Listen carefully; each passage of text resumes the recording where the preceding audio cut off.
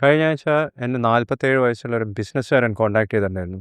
ഇദ്ദേഹത്തിന് കഴിഞ്ഞ 3 മാസമായിട്ട് ഉദാഹരണത്തിൻ്റെ പ്രശ്നങ്ങൾ തുടങ്ങിയിട്ടുണ്ടായിരുന്നു. ക്ലിനിക്കൽ ഹിസ്റ്ററി എടുക്കുന്ന സമയത്ത് ഷുഗറിൻ്റെയും പ്രഷറിൻ്റെയും കൊളസ്ട്രോളിൻ്റെയും ഫാറ്റി ലിവർ ഡിസീസിൻ്റെയും എല്ലാ കാര്യങ്ങളും ചോദിച്ചപ്പോഴും ഇത്തരത്തിലുള്ള ഒരു അസുഖം മുമ്പേ കണ്ടുപിടിച്ചിട്ടില്ല എന്നുള്ളതായിരുന്നു ഇദ്ദേഹം പറഞ്ഞത്. പക്ഷേ HbA1c ടെസ്റ്റ് ചെയ്തപ്പോൾ 5.9 ആയിരുന്നു ഇദ്ദേഹത്തിൻ്റെ വാല്യൂ. HbA1c എന്ന് പറയുന്നത് ഷുഗറിൻ്റെ കഴിഞ്ഞ 3 മാസത്തെ ആവറേജ് വാല്യൂ ആണ്. ഇത് 5.3ൻ്റെ താഴെ നിർത്തുന്നതാണ് നല്ലത്. ഹായ് ഫ്രണ്ട്സ്, ഞാൻ ഡോക്ടർ പ്രസൂൺ. ഇദ്ദേഹത്തിൻ്റെ ഉദാഹരണത്തിൻ്റെ പ്രശ്നം ശരിയായത് ബ്ലഡ് ഷുഗർ ലെവൽ കൺട്രോളിലേക്ക് വന്ന സമയത്തും HbA1c 5.3ൻ്റെ താഴേക്ക് കൊണ്ടുവന്ന സമയത്താണ്. ഇദ്ദേഹം ആദ്യം നിഷേധിച്ചെങ്കിലും ഉദാഹരണത്തിൻ്റെ പ്രശ്നങ്ങൾ തുടങ്ങുന്നതിൻ്റെ എത്രയോ വർഷങ്ങൾക്ക് മുമ്പേ തന്നെ പ്രമേഹം ഇദ്ദേഹത്തിന് തുടങ്ങിയിട്ടുണ്ടായിരുന്നു. ഇന്നത്തെ വീഡിയോയുടെ വിഷയം ഇതാണ്. So welcome back to doctor. നമുക്ക് തുടങ്ങാം. പ്രമേഹം 2 തരത്തിലുണ്ട്. ടൈപ്പ് 1 ഡയബറ്റീസും ഉണ്ട്, ടൈപ്പ് 2 ഡയബറ്റീസും ഉണ്ട്. അധികം ആൾക്കാർക്കുമുള്ള പ്രമേഹം എന്ന് പറയുന്നത് ടൈപ്പ് 2 ഡയബറ്റീസ് ആണ്. രക്തത്തിലുള്ള ഷുഗറിൻ്റെ ലെവൽ കൂടി നിൽക്കുന്നതിനനുസരിച്ച് തന്നെ അത് രക്തഓട്ടത്തിനെ ബാധിക്കും. ഏത് രക്തക്കുഴലിനുള്ളിൽ കൂടിയാണോ രക്തം ഒഴുകുന്നത് അതിനെ ഡാമേജ് ചെയ്യും, നെർവ്സിനെയും ഡാമേജ് ചെയ്യുന്നതാണ്. പ്രമേഹം തുടങ്ങി കുറേ വർഷങ്ങൾക്ക് അധികം ആൾക്കാർക്കും സിംറ്റംസ് ഒന്നും ഉണ്ടാവാറില്ല. ഇവർ ഈ സമയത്തൊക്കെ ബ്ലഡ് ടെസ്റ്റ് ചെയ്യുന്ന സമയത്ത് ഒന്നിക്കൽ ഫാസ്റ്റിംഗ് ബ്ലഡ് ഷുഗർ ലെവൽ ബോർഡറിലായിരിക്കും, 100ൻ്റെ അടുത്തേക്കായിരിക്കും. ഇല്ലെങ്കിൽ ഭക്ഷണം കഴിച്ച് 2 മണിക്കൂർ ചെയ്യുന്ന ബ്ലഡ് ടെസ്റ്റ് അത് കൂടിയിട്ടുണ്ടാകും, അല്ലെങ്കിൽ അതും ബോർഡർ ലെവലിലായിരിക്കും. HbA1c എന്ന് പറയുന്ന ടെസ്റ്റ് അധികം ആൾക്കാരും ചെയ്ത് നോക്കാറുമില്ല. ഞാൻ ആദ്യം പറഞ്ഞ ബിസിനസ്സുകാരൻ്റെ കാര്യത്തിൽ ഇത് തന്നെയാണ് സംഭവിച്ചത്. എല്ലാ വർഷവും ഇദ്ദേഹം കറക്റ്റായിട്ടും റെഗുലറായിട്ടും ബ്ലഡ് ടെസ്റ്റുകളൊക്കെ ചെയ്ത് നോക്കും. പക്ഷേ കൃത്യം ബോർഡറിൽ ഷുഗറിൻ്റെ ലെവൽ കാണുന്ന സമയത്ത് ഇത് പ്രശ്നമില്ല എന്നുള്ള രീതിയിലാണ് ഇദ്ദേഹം മുമ്പോട്ട് പോയിക്കൊണ്ടിരുന്നത്. അതുകൊണ്ട് തന്നെ ഡയറ്റിൽ വ്യത്യാസങ്ങൾ വരുത്തിയിട്ടുണ്ടായിരുന്നില്ല, എക്സസൈസ് ഒന്നും ചെയ്ത് തുടങ്ങിയിട്ടുണ്ടായിരുന്നില്ല.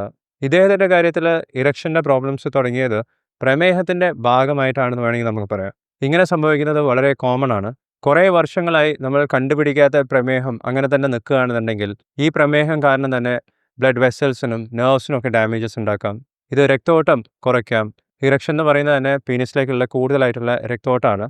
ഇത്തരത്തിലുള്ള ഡാമേജസ് കാരണം ഉദാഹരണം ഉണ്ടായിക്കഴിഞ്ഞാൽ അത് മെയിൻറ്റെയിൻ ചെയ്യാനും അധികം ആൾക്കാർക്കും ബുദ്ധിമുട്ടുണ്ടാകാറുണ്ട്. പക്ഷേ ഇതിൻ്റെ പ്രധാന കാരണം ഇവർക്ക് ഇതുവരെ കണ്ടുപിടിക്കാത്ത, അല്ലെങ്കിൽ ഇവർക്ക് ഇല്ലയെന്ന് ഇവർ വിചാരിക്കുന്ന പ്രമേഹം തന്നെയാണ്. ഇനി ഓൾറെഡി കുറേ വർഷങ്ങളായി നിങ്ങൾക്ക് പ്രമേഹം കണ്ടുപിടിച്ചിട്ടുണ്ട്, നിങ്ങളതിൻ്റെ ട്രീറ്റ്മെൻറ്റ് എടുക്കുന്നുണ്ട്, എന്നിട്ടും ബ്ലഡ് ഷുഗർ ലെവൽ കൺട്രോളിൽ നിൽക്കുന്നില്ലെങ്കിൽ നിങ്ങൾക്ക് ഇപ്പോൾ അനുഭവപ്പെടുന്ന ഇറക്ഷൻ പ്രോബ്ലംസും അതും പ്രമേഹത്തിൻ്റെ ഭാഗമായിരിക്കാം. പ്രമേഹത്തിൻ്റെ ഭാഗമായിട്ട് മാത്രമല്ല ഇറക്ഷൻ പ്രോബ്ലംസ് അധികം ആൾക്കാർക്കും തുടങ്ങുന്നത്.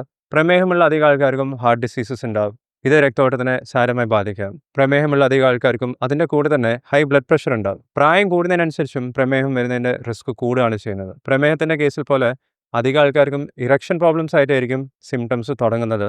അതിനുശേഷമായിരിക്കും ഇവർക്ക് ഹൈ ബ്ലഡ് പ്രഷർ ഉണ്ടെന്നോ അല്ലെങ്കിൽ ഹൃദയ സംബന്ധമായിട്ടുള്ള രോഗങ്ങൾ സ്റ്റാർട്ട് ചെയ്തിട്ടുണ്ടെന്നുള്ളത് ഇവർ മനസ്സിലാക്കി തുടങ്ങുന്നത്. അധിക പുരുഷന്മാർക്കും ഇറക്ഷൻ്റെ പ്രോബ്ലംസ് തുടങ്ങിയിട്ടുണ്ടെന്നുള്ള കാര്യം ഡോക്ടർമാരെടുത്ത് പോലും തുറന്നു പറയാൻ ബുദ്ധിമുട്ടാണ്. പക്ഷേ നിങ്ങൾ ഒരു പ്രാവശ്യമെങ്കിലും അത് ട്രൈ ചെയ്ത് നോക്കണം. നേരിട്ട് ഡോക്ടർമാരെടുത്ത് പറയാൻ നിങ്ങൾക്ക് ബുദ്ധിമുട്ടുണ്ടെങ്കിൽ ഡോഫോഡി പോലത്തെ ഓൺലൈൻ ഡോക്ടർ കൺസൾട്ടേഷൻ പ്ലാറ്റ്ഫോം ഉപയോഗിക്കാം.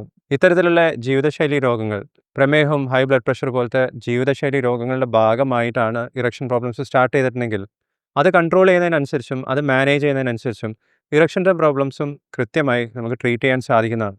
നിങ്ങൾ അങ്ങനെ ഒരു ഡോക്ടറെ സമീപിച്ചിട്ടുണ്ടെങ്കിൽ അദ്ദേഹം നിങ്ങളടുത്ത് കുറേ ക്വസ്റ്റ്യൻസ് ചോദിക്കാം, പലതരത്തിലുള്ള ടെസ്റ്റുകൾ ഓർഡർ ചെയ്യാം. ചിലപ്പോൾ നിങ്ങൾ ഓൾറെഡി കഴിക്കുന്ന മരുന്നിൻ്റെ ഭാഗമായിട്ടും ഇത്തരത്തിലുള്ള ഇറക്ഷൻ പ്രോബ്ലംസ് ഉണ്ടാവാം. അല്ലെങ്കിൽ ടെസ്റ്റോസ്റ്ററോൺ എന്ന് പറഞ്ഞാൽ പ്രധാന പുരുഷന്മാരുടെ സെക്സ് ഹോർമോണാണ്. ഇത് കുറയുന്നതിനനുസരിച്ചും ഇറക്ഷൻ പ്രോബ്ലംസ് ഉണ്ടാവാം. ഇങ്ങനെ ഇറക്ഷൻ പ്രോബ്ലംസിൻ്റെ പലതരത്തിലുള്ള കാരണങ്ങളുണ്ട്. ഇതിൽ ഓരോന്നോരോന്ന് റൂൾ ഔട്ട് ചെയ്യേണ്ടതാണ്.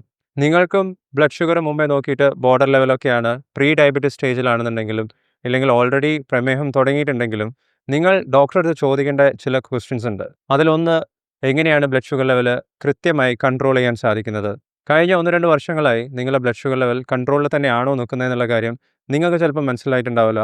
പക്ഷേ അത് നിങ്ങളുടെ ഡോക്ടറിന് എളുപ്പത്തിൽ നിങ്ങളുടെ പഴയ പ്രീവിയസ് റിസൾട്ട്സ് നോക്കിക്കഴിഞ്ഞാൽ പറയാൻ സാധിക്കും. ബ്ലഡ് ഷുഗറിൻ്റെ ലെവൽ കൃത്യമായി നോർമൽ റേഞ്ചിൽ തന്നെ നിലനിർത്തുകയാണെങ്കിൽ ബ്ലഡ് വെസൽസിനും നെർവ്സിനും ഉണ്ടാക്കുന്ന ഡാമേജ് കുറച്ചു നിർത്താനും ഇറക്ഷൻ പ്രോബ്ലംസ് സ്റ്റാർട്ട് ചെയ്തിട്ടുണ്ടെങ്കിൽ അത് റിവേഴ്സ് ചെയ്യാനും സാധിക്കുന്നതാണ്. നിങ്ങൾക്ക് ഓൾറെഡി ഉള്ള മറ്റു തരത്തിലുള്ള ഹെൽത്ത് കണ്ടീഷൻസ് ഉണ്ടാകും. ഉദാഹരണത്തിന് നിങ്ങൾ ഡിപ്രഷന് മരുന്നുകൾ കഴിക്കുന്നുണ്ടാകും, അല്ലെങ്കിൽ ഹൈ ബ്ലഡ് പ്രഷറിന് ചില തരത്തിലുള്ള മെഡിസിൻസ് കഴിക്കുന്നുണ്ടാകും. ഇത്തരത്തിലുള്ള മെഡിസിൻസ് കഴിക്കുന്നത് കാരണം ഇറക്ഷൻ്റെ പ്രോബ്ലംസ് കുറച്ചും കൂടി എളുപ്പം അല്ലെങ്കിൽ നേരത്തെ അറിയാൻ സാധിക്കും. അപ്പോൾ നിങ്ങൾ ഡോക്ടറെ അടുത്ത് ചോദിക്കേണ്ടത്, ഇത്തരത്തിലുള്ള മരുന്നുകൾ കഴിക്കുന്നുണ്ടെങ്കിൽ അത് കാരണമാണോ ഇറക്ഷൻ പ്രോബ്ലംസ് വന്നത്? ഈ മെഡിസിൻസ് ചേഞ്ച് ചെയ്ത് കഴിഞ്ഞാൽ ഇറക്ഷൻ്റെ പ്രോബ്ലംസിൽ മാറ്റങ്ങൾ വരുത്താൻ സാധിക്കുകയോ ഇല്ല എന്നുള്ളത് നിങ്ങൾ ചോദിക്കേണ്ടതാണ്. സൈക്കോജനിക് ഇറക്ടൈൽ ഡിസ്ഫങ്ഷൻ എന്ന് പറഞ്ഞാൽ മറ്റൊരു കണ്ടീഷനുണ്ട്. ഒരിക്കൽ ഇറക്ഷൻ്റെ പ്രോബ്ലംസ് ആർക്കെങ്കിലും അനുഭവപ്പെട്ടിട്ടുണ്ടെങ്കിൽ പിന്നീട് ഇതേപോലെ വീണ്ടും ഉണ്ടാവുമോ? ഇനി എപ്പോഴെങ്കിലും പഴയതുപോലെ നോർമലായി ബന്ധപ്പെടാൻ സാധിക്കുമോ? ഇത്തരത്തിലുള്ള ചിന്തകളൊക്കെ കാരണം ഉണ്ടാവുന്ന പ്രശ്നങ്ങളാണ്. ഇത്തരത്തിലുള്ള ഫിയറും ആങ്സൈറ്റിയും ഒക്കെ ഇറക്ഷൻ്റെ പ്രോബ്ലംസിനെ വീണ്ടും വർദ്ധിപ്പിക്കുകയാണ് ചെയ്യുന്നത്. ഇത് നിങ്ങളെ മാത്രമല്ല ബാധിക്കുന്നത്, നിങ്ങളുടെ പാർട്ട്ണറിനെയും ഇത് സാരമായി ബാധിക്കുന്നുണ്ടാവാം. അപ്പോൾ നിങ്ങൾ ഡോക്ടറെ അടുത്ത് കൗൺസിലിങ്ങിൻ്റെ ഓപ്ഷൻസിനെ കുറിച്ച് ചോദിക്കേണ്ടതാണ്.